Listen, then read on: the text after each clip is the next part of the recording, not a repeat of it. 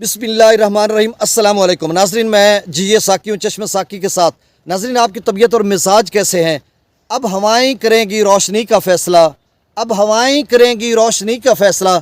जिस दिए में जान होगी वो दिया रह जाएगा।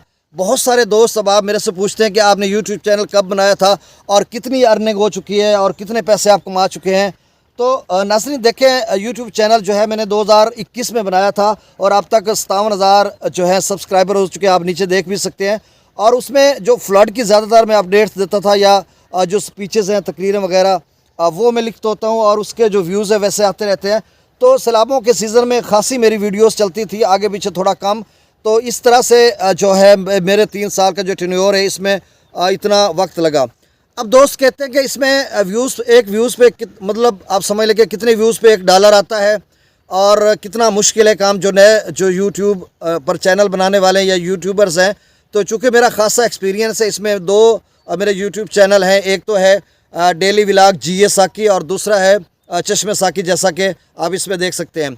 तो नाज़रीन, यूट्यूब पे जो ट्रैफिक है वो बहुत कम है, क्योंकि बानिस्बत हम दूसरी जो डिजिटल मीडिया की जो ऐप्स हैं उसकी हम बात करते हैं, टिकटॉक की बात करते हैं, फेसबुक की बात करते हैं, इंस्टाग्राम की बात करते हैं या दीगर जो स्नैपचैट और दीगर जो ऐप्स है, तो उनकी निस्बत देखा जाए तो यूट्यूब पे ट्रैफिक कम है। तो इसमें ये होता है कि थोड़ा एफर्ट करनी पड़ती है, उसमें टैगिंग करनी पड़ती है, वीडियोस अच्छी बनानी पड़ती है और उसमें जो कंटेंट है आपका एक ही रखना पड़ता है। तो उसके बाद अब देखिए, मैंने अपनी यूट्यूब चैनल पर कंटेंट को जो है मिक्सअप कर दिया था, तो उसकी वजह से थोड़ा मुश्किल मुझे पेश आ रही है। अब मैं कोशिश कर रहा हूँ कि इसको जो है मतलब इसमें व्लॉगिंग में लेके आऊँ और बहुत सारी जो इन्फॉर्मेटिव चीज़ें हैं वो दोस्तों तक शेयर करूँ। तो बहरहाल ये मेरा मकसद और मिशन है। अब मैं आपको बता देता हूँ कि 10 लाख के करीब मैंने वैसे यूट्यूब पे पैसे कमाए हैं मुख्तलिफ टाइम में, जो सैलाबों का सीज़न आता रहा है। तो उसमें अब जो सूरत हाल ये है कि थोड़े व्यूज़ कम हो चुके हैं। अब उसमें 8-10 दिन तक मैं वीडियो नहीं लगाता। अब मैं बराबर इसका जो है वो कर चुका हूँ कि रोज़ाना की बुनियाद पे मैं कोशिश करूँगा, वीडियो लगाऊँगा, व्लॉगिंग करूँगा।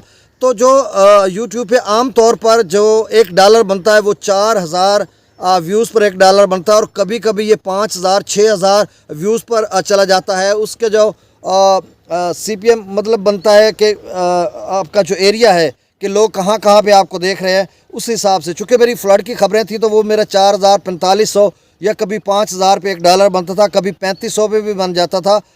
वो इस तरह की सूरत हाल थी। आम रूटीन में जो लोग यानी जैसे पॉलिटिक्स की बात करते हैं तो वो उर्दू में व्लॉग होता है उनका, और पूरे पाकिस्तान के अलावा पूरी दुनिया में देखा जाता है जहाँ कहीं पाकिस्तानी रहते हैं, ख़ासकर जो अमेरिकन कंट्रीज़ हैं या जो मिडल ईस्ट में भी रहते हैं या फिर जो बरतानिया या यूरोपियन कंट्रीज़ हैं, वहाँ पर जो लोग रहते हैं और वो मतलब आप समझ लें कि वो पॉलिटिक्स से शौक़ रखते हैं उसका। तो वहाँ पे 2,000 व्यूज़ पे $1 मिलता है, 1,500 1,800 2,000 2,500 व्यूज़ पर $1 मिलता है। अगर हम बात करें कि ये जो फ़नी वीडियोस लोग बनाते हैं, ड्रामास के या स्टोरीज़ टाइप बनाते हैं या हिस्टोरिकल वीडियोस होती है या व्लॉगिंग करते हैं, इस पे भी 3,000 के करीब 3,000 व्यूज़ पे $1 मिलता है। अब जो मेरी स्पीचेस और तकरीरें वगैरह हैं वो भी काफ़ी 1 लाख 2 लाख पे गई हुई हैं, या मतलब उन पर अच्छे खासे व्यूज़ हैं उनकी। जब मैं उसमें जाकर देखता हूँ तो उसमें तकरीबन कोई 3,000 3,500 व्यूज़ पे $1 आया होता है। तो नाज़रीन, इस तरह से अगर आपने यूट्यूब चैनल बनाना है तो उसके लिए एक आपको काम करना पड़ेगा, वो सारा आप बना लें, सारा कुछ कर लें। उसमें लोग कहते हैं कि जी देखें हमारे पास कोई अच्छा आईफोन होना चाहिए। देखें वो तो होना चाहिए, ज़ाहिर सी बात है। अगर वीडियो की अच्छी क्वालिटी होगी तो वो अट्रैक्ट करेगा लोगों का और लोग उसमें ज़्यादा जो है वो इंटरेस्ट लेंगे। अब अगर आपके पास एक आम मोबाइल है, अच्छा मोबाइल है जिसमें कैमरा वगैरह अच्छा है और उसमें आप मतलब चैनल बना लेते तो उसके बाद आप उसको कैसे चलाएंगे, उसके लिए एक तो ये है कि आजकल फ़नी वीडियोस भी बनाई जाती है, स्टोरी, इस पे बहुत ज़्यादा व्यूज़ आ रहे हैं। जो हिस्टोरिकल लोग बनाते हैं या कुछ मौलवियाना तकरीरें करते हैं, उसका आजकल ट्रेंड ही नहीं है।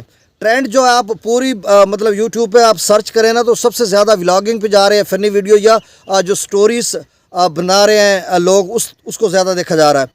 अब उसके लिए ये होता है कि आपने कंटेंट एक रखना है कि मतलब आपने स्टोरी बनानी है तो उसमें वही वीडियोस डालनी है और मतलब एक गिवन टाइम में आपको आपके पास हो कि हमने 3 दिन के बाद एक वीडियो डालनी है, 2 दिन के बाद बनानी है।